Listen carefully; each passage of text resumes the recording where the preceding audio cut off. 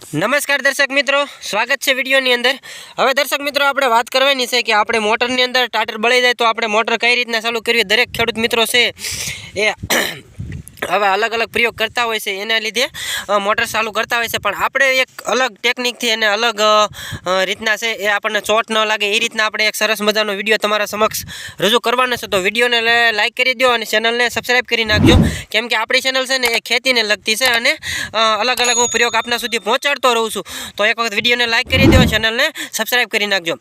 હવે મિત્રો હું તમને બતાવું છું કે જો આપણે ટાટર તમે જોઈ જાઓ એકદમ બધું પૂરું કરી દીધું, બરોબર। આપણે ટાટરથી મોટર ચાલુ નથી કરવી, 3 પીસ મોટર છે, બીજું કાંઈ નથી કરવાનું। આપણે સરસ મજાના ફીસ હોય ને એની પાછળ જ આપણે અહીંયા જો અહીંયા કનેક્શન આપી દીધું છે, આ ઉપરથી આવે છે અને આ નીચેથી આપણે કનેક્શન આપી દીધું છે અને આવી રીતના છે એ હું ધીમે ધીમે ફીસ ચડાવું છું। હું તમને બતાવું છું કે કઈ રીતના મોટર ચાલુ થાય છે એ હું તમને બતાવવાનો છું। તો થોડો તીખારો થાય છે પણ આપણે એ બધું ધ્યાન આપવાનું છે ને ધીમે ધીમે છે એ હળુક દેરાન ફીસ ચડાવી દેવાના છે। અને આપણે કોઈ પણ જાતનું છે જો આ એમ્પિયરનો કાંટો બંધ છે, પાવરનો કાંટો પણ બંધ છે, 3 પીસ મોટર છે, ડાયરેક્ટ બીજું કોઈ પણ જાતની આમાં તકલીફ નથી। જો ખાલી છે ને ઉપરથી 3 પીસ પાવર આવે છે અને અહીંથી ડાયરેક્ટ છે કલર આપણે આ પટ્ટી છે મોટરની એ શળ આપી દે, ફીસ આપી દીધા છે અને છે અહીંયા છે એ આપણે મોટર ચાલુ થઈ ગઈ છે।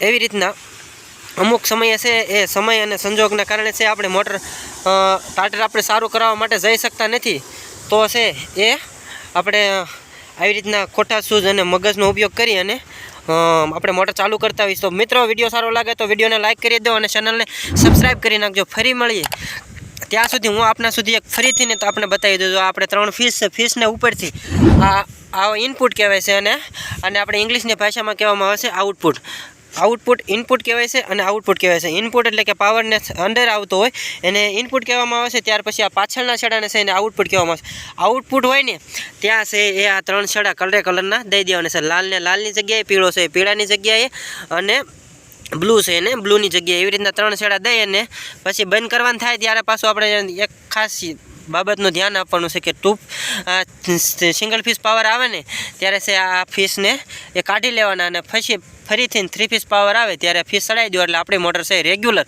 આપણે જેમ હાલતી હોય એમ હાલવા મળશે, કોઈ પણ જાતની તકલીફ રહેતી નથી। એક ખાસ બાબતનું ધ્યાન આપવું છે, આપણે જો ફીસ છે ને મોટા રાખવાના છે, આ બાજુની મોટર છે એમાં નાના છે એ નાના નથી રાખવાના, મોટા રાખવાના છે, જેથી કરીને આપણે ખેડૂતોને છે એ ક્યારેક ફીસ બળે એવા બધા પ્રોબ્લેમ થતા હોય છે, પણ આ મોટા ફીસ હોય અને લોડ ઓછો થતો હોય તો આવા બધા અલગ અલગ ફીસ બળવાના પ્રશ્નો છે એ થતા નથી।